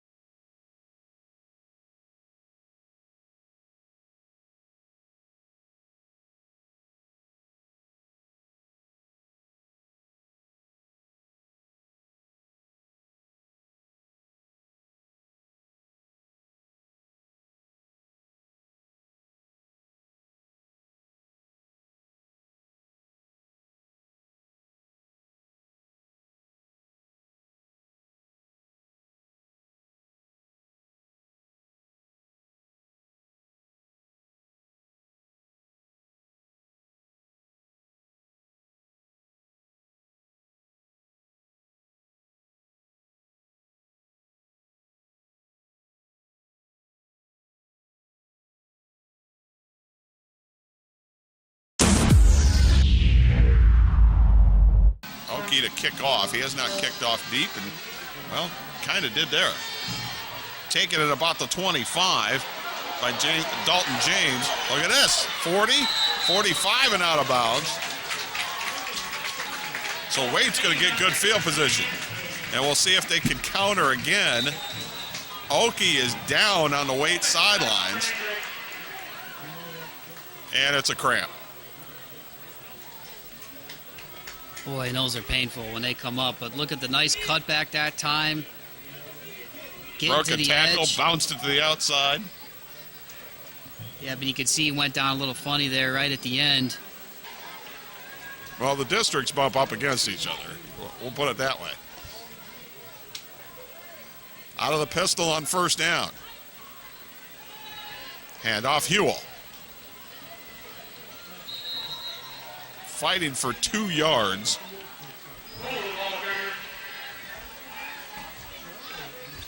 Well, and Coach Chipka told us we might see a little bit of trickery to start the game, and so far we haven't seen him need to expand the playbook too much tonight because Pratt has done such a good job in space, and that's also helped open up the running game up the middle here in the second half. Yeah, a little bit. they got to get something else to the edge, though. As you can see, 7 in the box, and here goes Pratt. To the edge, throws incomplete. Had a man intended for Downer. Critical play for the Indians, trailing 20-12. 10:45 to go in the game, and Pratt back to throw. Looks to the right, throws, got a man. Flag is down. Inside the 20 to the 15 if it holds. It looked like Anthony Ashford that time making a great catch. Continued his stride to run to where the football was thrown. I think that's Ronnie Sanders. That's number 10. Here's the replay. Interference on the defense. That'll get declined. Yeah, you're right. That was Sanders. Looked like Ashford. But great catch that time from the young fella. 6'2", 170, only a sophomore. They practice that pattern a lot. And Pratt has become very good at throwing that throw. That's one of his favorite throws to make. 32 yards and a first down. Now Pratt gonna run behind his guard. Cut it back in. Inside the 5, into the end zone. Touchdown Indians. What a run by number 1. The happy feet right there at the end around the 5-yard line. And Pratt finds pay dirt. Well, and there's no question they're going to go for 2. He got a nice block from Roberto Rodriguez, a senior, who pulled on the play. And there's no question the Indians are going to go for 2. They're going to try and tie this game.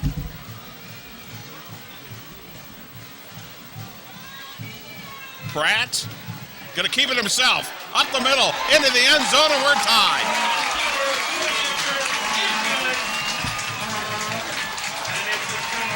Big players make big plays in big games, but as you said, Norm, up front, defensive line also playing both ways. Did a great job blocking and allowed that guy to get in the end zone that time. Oh, we got ourselves a dandy. Don't go anywhere. 10:20 to go. We're tied at 20. Wade against Clay, and you're watching the Toledo Sports Network at 13 and CW13. In the battle for the oil barrel. Nice squib kick.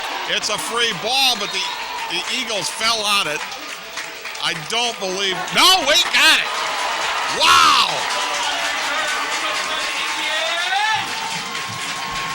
And you think Coach Chipka was fired up before. Look at him now. It looked like Matt Sensel was able to fall on it, but the Indians fly in there and are able to get the football back. Third fumble by the Eagles, but it's the first one they didn't cover. And, man, have we seen some crazy plays tonight. I mean, in terms of back-to-back plays. Let's take a look at this if we can, guys. And right there, all he had to do was fall on it. And I thought he had fallen on it, but sometimes it's a case of not who falls on it, but who ends up with it. 1st and 10 Indians. Pratt going to keep it himself and got a little running room. Can he get around the corner? Try to stiff arm. Danced inside. Danced outside and out of bounds.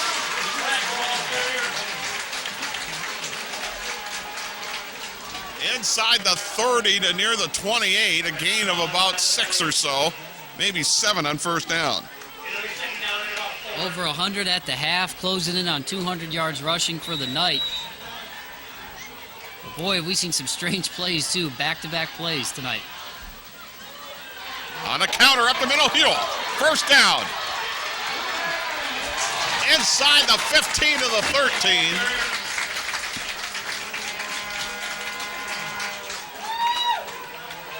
And a gain of about 14. Nice pulling action, a nice block. Noah Paprocki doing a great job that time on the pole, just as you mentioned, Norm. It's at the Clay 13, trying to take their first lead of the game. Pratt out of keeper to the 10 and pushed back. And Clay's got the football. Yeah, but I think it was whistled dead. Yeah, they tried to get the strip as they stood him up, but once he lost forward progress, they blew the whistle.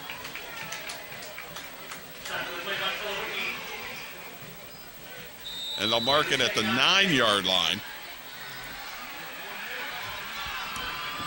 2nd and 6 at the 9.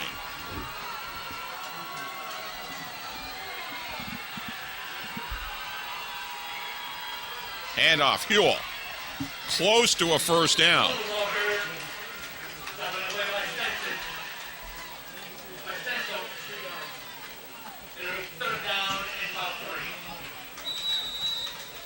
Oh, I guess he has to get to the 3. So, sorry about that. He picked up 3. He'll still need 3 more. 3rd and about 3.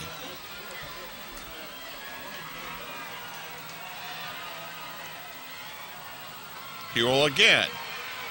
Not much. Maybe a yard. I think he's going to have about 2 to go.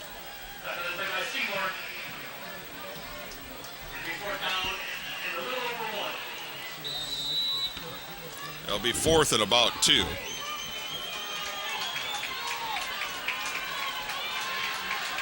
Well, huge play in this one with 8.5 to go.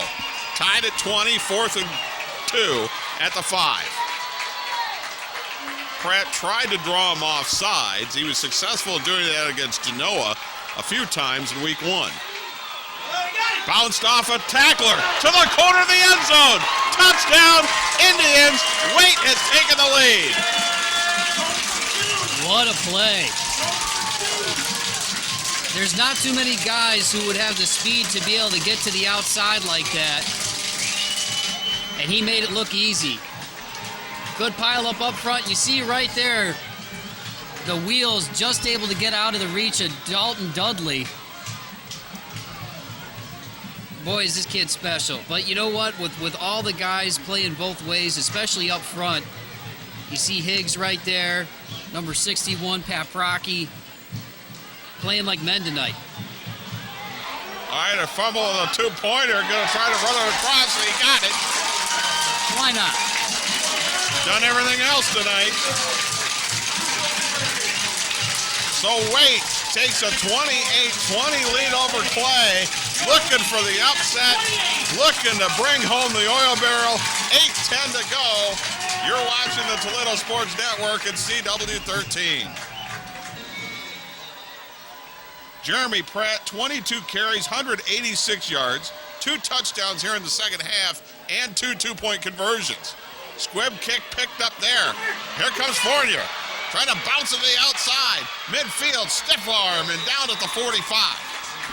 If you think the Eagles are going to pack this in, you're sorely mistaken. This is now like a heavyweight fight. And look at Fournier. I mean, he beat his blockers down the field. They didn't even have time to set the wedge that time. Breaks it to the outside. Little stiff arm here at the end just for a little added sass. But we've had a couple of strange back-to-back plays tonight, Norm. We had the big sack and then the weird punt block from Waite earlier in the game. So 1st and 10, Clay at the Waite 45.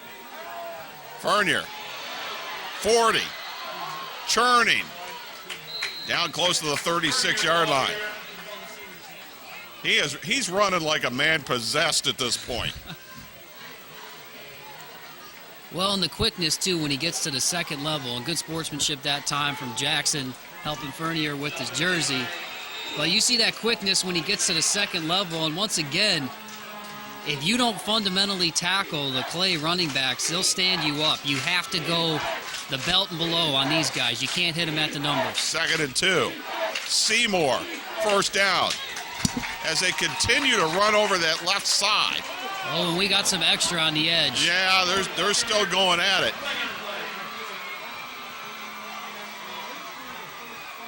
And that's just the little tempers and probably will be offsetting.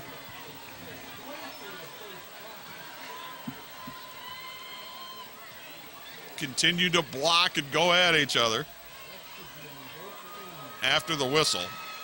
And you would think it'd be offsetting here. Yep. Yeah. As it should be. You don't want anything decided by that. Right. I mean, you got 14 to 18-year-old dudes out there. It's a rivalry game. They're fired up. Well, this is a perfect example of you don't have to have necessarily two teams that are predicted to be at the top of their leagues to have a great football game and have two teams play their hearts out. And that's what we got, a great rivalry tonight. We got two teams that are playing their guts out. This is fantastic. 1st and 10, Clay at the WAITE 32. Seymour again. Seymour churning, dragging tacklers inside the 15, close to the 13-yard line. Flag comes down late. Yeah, and I wonder if they're going to call this right here at the end. 99 flies in over the pile. Dead ball, personal foul on the Eagles. Yep. You saw it exactly right, Mike. Now it's a dead ball foul. That was a 20-yard gain by Seymour. It looked like it may have been Oki right here at the end of the play. You see the run. And really just adrenaline pumping on both sides here. Or no, it was 74 that time. Sean Pacina. And once again, 14 to 18-year-old kids, adrenaline's pumping. It's a rivalry game, but it's a 1st and 10. Back to about the 27-yard line. Right side this time. Fernier inside the 25 to about the 23.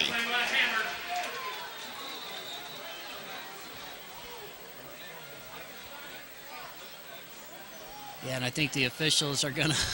They're just going to say, all right, guys, let's settle it down here a little bit. try to do what they can about the testosterone. Well, I like it when the officials do this. Yeah. Because, it's hard to blame the kids for getting, getting the adrenaline flowing. And, this is what you want out of your players. You want your guys playing hard. You want your guys playing with emotion. And I think that's smart, too, because you don't want that emotion to carry over into a personal foul. Exactly. 2nd and 7. Fernier left side. Cut it back in. That time he got submarine, I think, just short of the first down. Let's see where they mark it. Yeah, it's going to be third and about a yard. And DeAndre Irish doing a good job that time, wrapping up the legs. But in terms of 0 to 60 speed, you're seeing it with Fernier tonight, and the diversity in that Clay backfield with Seymour and Fernier. Again, you're going to be in 4-down territory here at third and a yard. And off Seymour. First down.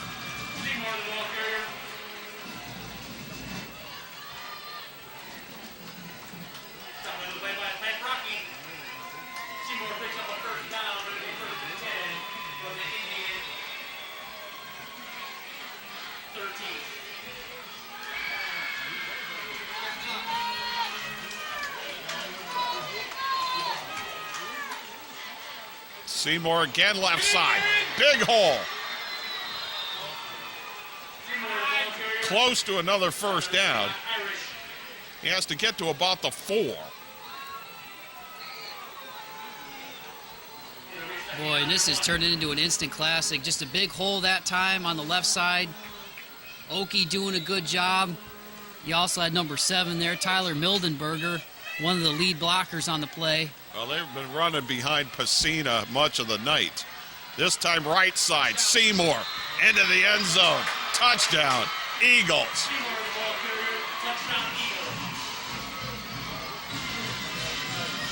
Third touchdown run by Aaron Seymour. Boy, you want to talk about an instant classic. This might go down as one of the best in the oil barrel rivalry. And what a way to come back after a 6-year hiatus. Well, 2-point conversion coming up. 28-26, Waite with the lead over Clay, 5:26 to go. The Eagles, of course, will go for 2 to tie it. Mildenberger on the end around. Into the end zone, but a flag comes down. This may get called back. Blocking the back on the offense. Anytime you see that flag come in from the backfield, 9 times out of 10 and maybe more, it's on the offense. Now this changes everything. And you couldn't have asked for a better call right there from the Clay Eagles, especially after what they did ripping up the middle of the field on that drive. Just a tough blow. You know, this is still one terrific place to play football. Look at that view. Well, it's almost like playing in a fortress. You know, you got the big walls around the outside. I mean, it's got a real, like, old school, medieval almost feel to it. And that's what we've seen tonight, is just a bloodbath between these two. I love it. A lot of people have put a lot of time and effort and money into fixing this place up, and I'm so glad they have. 2-point conversion still, but they got to do it from 13 yards out now. Kiss, the fumble in the backfield is covered, so the 2-point conversion will fail. Waite will retain the lead at 28-26. 5:26 to go. We'll take time. We'll come back. Don't go anywhere. It's the Toledo Sports Network and CW13. Expecting some kind of onside kick. Okie to kick off, and he'll squib it, and it's covered right there. And that's a very, very good play by Dalton James to give Waite good field position. And are able to get back in the end zone. On first down, Pratt snuffed out. Terrific play by Seymour once again. This time on the defensive side. And a lot of young guys playing both ways tonight. It speaks to the conditioning and the offseason programs of both of these teams, getting them prepared for a tough one like this, especially with the temperature drop from week 2 to week 3. Pratt on second down. Got a yard back, maybe 2. It's going to be third long, but obviously you can see the Clay defense not going to try not to let Pratt beat him here. 3rd and 9. Got 8 in the box. Handoff, trying to get around the right side. Well short of the first down is Kevin Downer. It'll be a punting situation for the Indians. And that's the first run Downer's had tonight.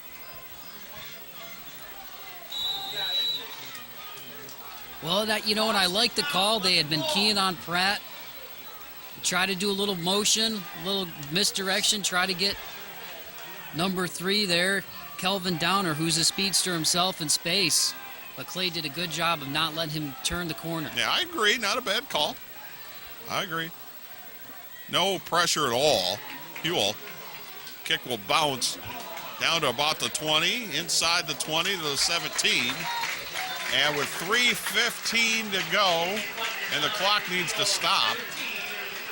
Clock is still running.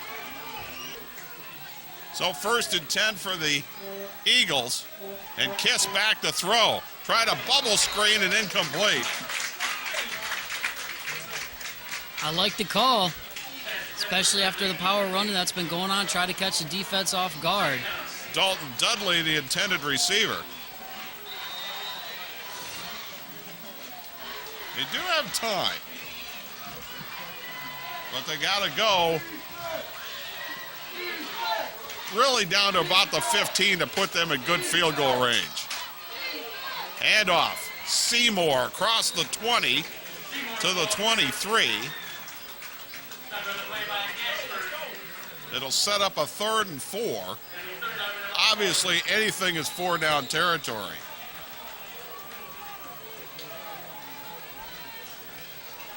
And we've seen that little misdirection. Running off the tackle has worked well for them in a few situations tonight. Let's see if they do it again here. On a 3rd and 4, Seymour again. First down to the 40-yard line. Down to 2:29 to go in the game.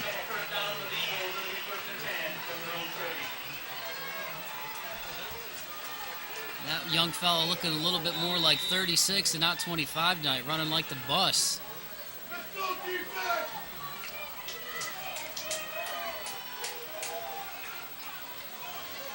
.220, 2:19 and counting, first down. Handoff, Seymour. Slowed down, keeps running, turned around, keeps running. 35 out to the 37, but we got a flag down back at the 32. Yeah, and it looks like it was Huell over there, number 2, and number 77 for WAITE, Brock Belinsky, over by the 30-yard line away Dead from ball, the play. personal foul on the WAITE Indians in that. Under 2 minutes to go now. WAITE with a first, or Clay with a 1st and 10 at the WAITE 45. And around Mildenberger. Plenty of room to run. Did not get a block on the edge, but did get a first down. Oh, and a missed block on the edge could have sprung him for 6.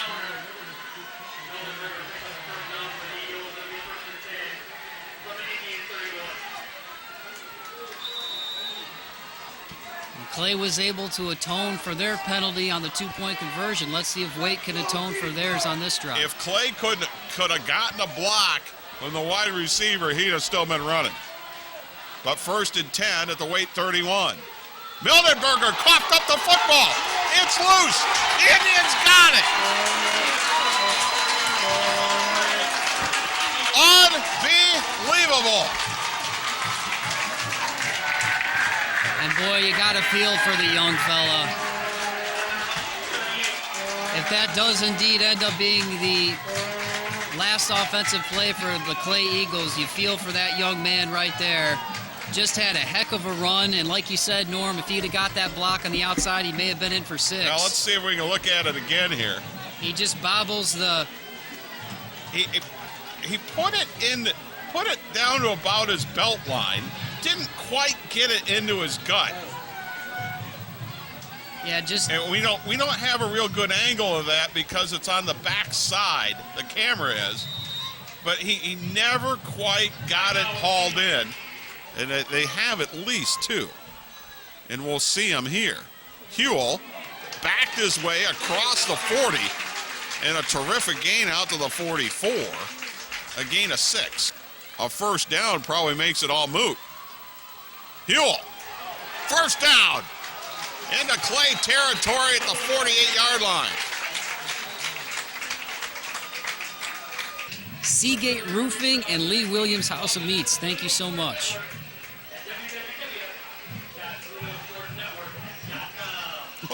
Look at Coach Chipka on the sideline. You can't see him on TV, but and now Pratt takes another knee. Well, and you want to talk about a program-defining win for a guy in his first year as a head coach. And that'll count it down. 17 seconds, but they don't have to run another play. Pratt with 26 carries, 177 yards, 2 touchdowns, both in the second half, 2 two-point conversions. And the oil barrel comes back to WAITE High School. Dan Chipka gets his first win as head coach of the WAITE Indians. And Waite pulls the upset, 28-26 over the Clay Eagles. Hats off as well to the Eagles, who responded time and time again, but could not convert on their final drive. Both programs with a lot of hope for the future. You hate to see anybody lose tonight, Norm, but boy, what a great one to put in the history books for the Oil Barrel rivalry here on the Toledo Sports Network. All right, we'll take a final timeout, come back and wrap this one up. Waite 28 and Clay 26. You're watching the Toledo Sports Network and CW 13.